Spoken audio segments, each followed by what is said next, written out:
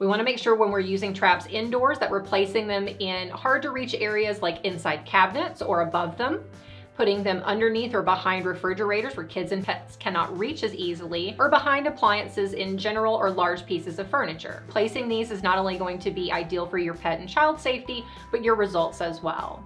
You have a couple different ways that you can place these. You can do it with what we refer to as the business end facing the wall, which is going to be the part where the pedal actually is that the rodent steps on.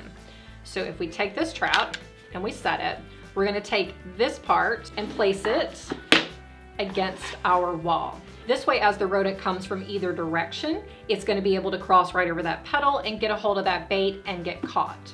You may need to do 2 traps. This could mean placing them back to back in this fashion.